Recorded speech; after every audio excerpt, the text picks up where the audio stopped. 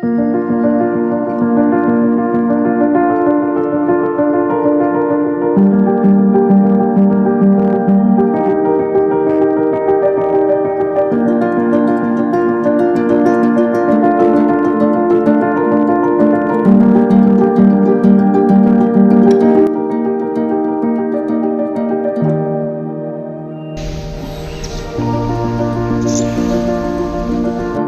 as we move around this state-of-the-art facility, so we understand that the SCV foray was not possible without co-developing the product with your customer. A word on that beautiful journey that is moving in the direction of commercialization now. Whenever you develop a new product, it is very important to capture the customer voice. You have to capture the raw customer voice, Right. in their own language. Right. Then that voice has to be converted into technical specifications. So basically you have to understand what are the customer needs, which are unmet Right. from their existing Right. current There are white products, spaces, of course. which they are using, and what are the new things which we can provide Right. to make customer more comfortable, or to make the product more customer friendly. Right. Right. So I think that's a very special technique which we call QFD, quality Right. function Right. deployment. Right. And there you meet hundreds of customers, and then you listen to them and Right. capture their voice. And, Right.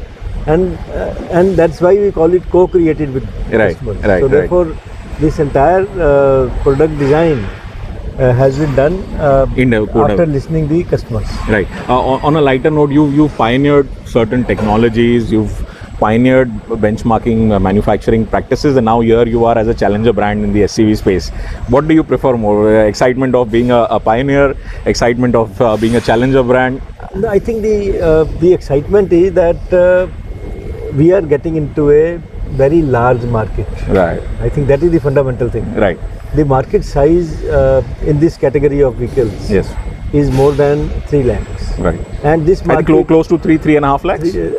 I think around 3.3 lakhs. 3.3. And this market is growing. Right. There is a lot of migration also happening from sub 2 ton to Yeah. to 2 to 3.5.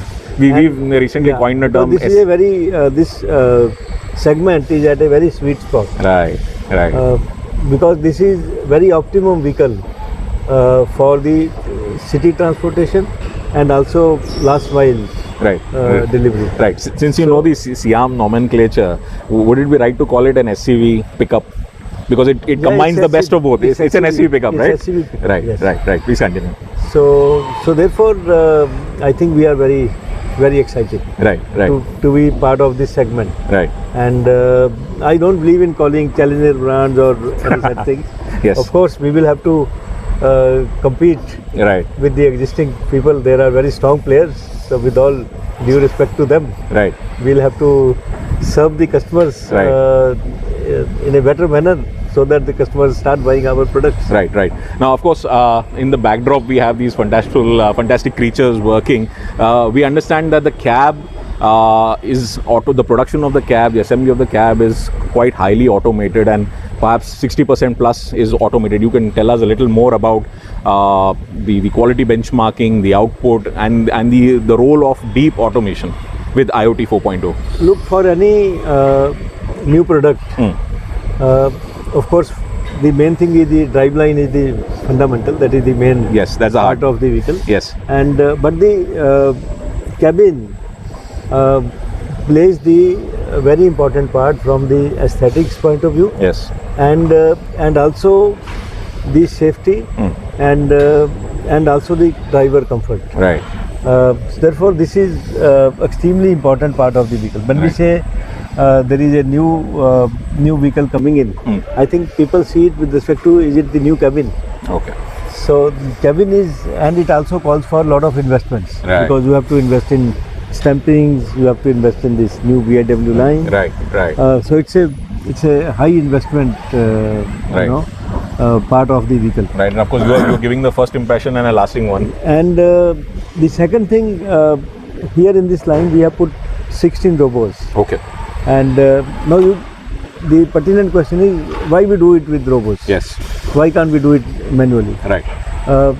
I think you won't know it after looking at the cabin, but I can tell you, in one cabin there are 1800 welding spots, and there are a lot of such spots where the human hand cannot reach. Right. There is a It margin can of only error be over there. reached.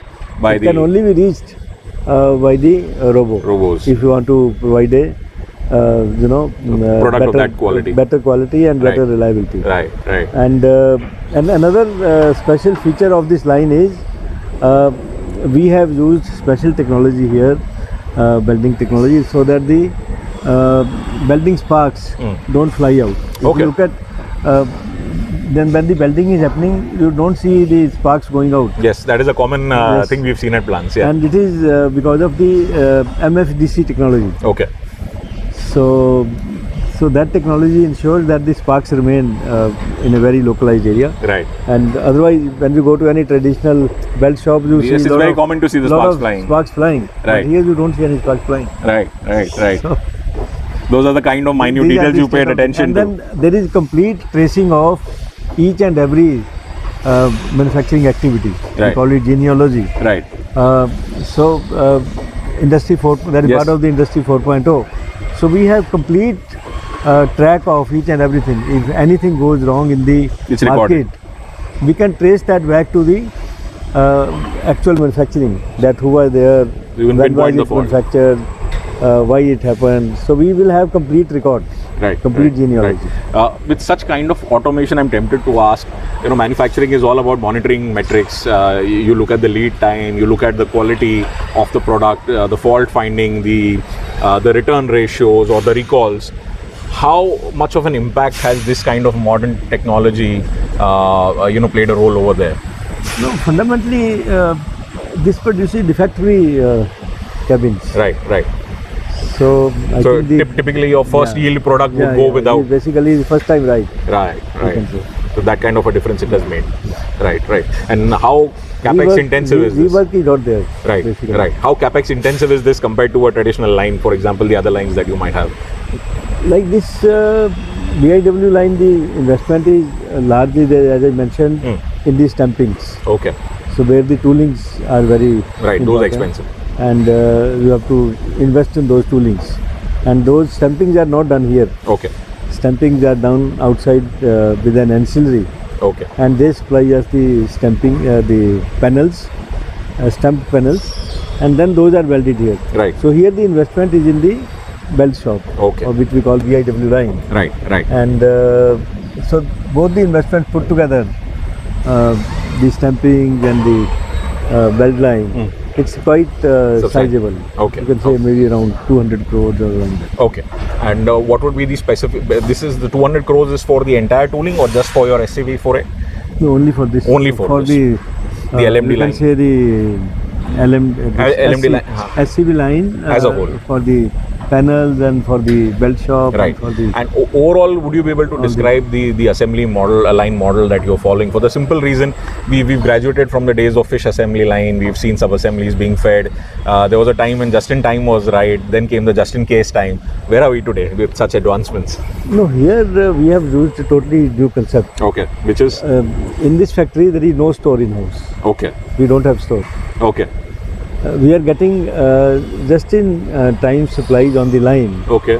from Your outside, from your tier suppliers from directly. another third party. Okay. The third party stores person. Right. So he's having the warehouse. He's running that warehouse, Wow. and then he's supplying us just in time. Wow. And the entire thing is synchronized in production planning. That whatever model is getting produced on the line, Right. the same model,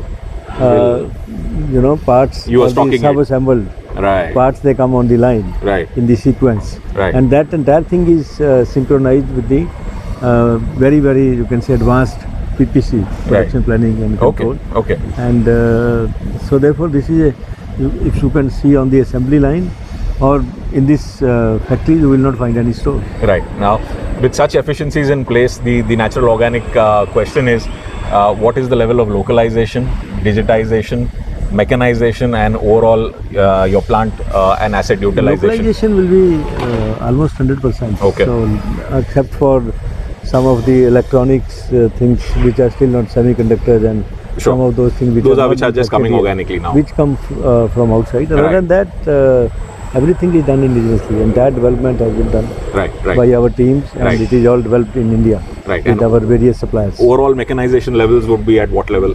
Mechanization is very, very advanced. Very advanced. Mechanization, whatever is mechanization possible, that is done. Right. And your plant utilization levels at the moment, how much room do you have for future expansion?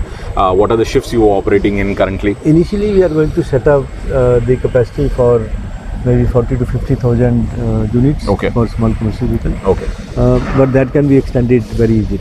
Okay, so you have that headroom. We can, yes. We have built in the flexibility. Right. Like here also, you see this line now. Right now, I think it is 8th JPS line, which is around 50,000 cabins. Right. But then you see the space, vacant space. Right. And, you can use that. It can be extended. Yes. The moment we fill up this, and then of course we can. Right. The extension is not difficult. Right. Now, you've been driving this message with the government of the Make in India aspiration, the whole VECV Bharat vision that we have. That, of course, puts a new set of responsibilities and pressures on your human resources. How are you training them to ensure that you are on track with this whole vision of 100% Make in India, or India as a global manufacturing hub? I think first of all, skilling and upskilling is becoming more and more important. Right. Because you see the change in technology, transformation in technology. You are getting new technologies coming in, a lot of electronics, electric vehicles, emission norms, safety standards. No, of course, the human workforce, they have to be trained in each of those technologies. Right. Therefore, we have tremendous focus on skilling and upskilling. So you have to train and retrain, redeploy. It's an ongoing our process. workmen. So it's an ongoing process. Right. We have in-house skilling centers. We are going to set up here also. Okay. In Pithampur, if you go, we have a very big skilling center there. Right. And even in Devas, our gear factory also. Yes. You will find a very, very robust skill building center. Right. So skill building center in the factory itself is extremely important. Right. Other than that, then we also, for special skills, we also send them outside. Exchange programs, etc. Exchange programs or to global exposure. Yes, to train them. Right. And of course, we have to create the skilled workforce. Right. It is not automatically available. Right. So And another thing, in the assembly line, we also have decided that we will have a very, you can say, on the gender diversity. The assembly line is going to be run by. So we will keep that. We'll tease that a little later. There is something very special coming in that is another very, very important. Next in the next leg of the interaction that continues at the state-of-the-art facility, we are going to reveal a unique shop floor with some unique resources. Stay tuned for that as we move forward in this facility from the BIW facility to another section of the plant. Stay tuned. The things you think about determine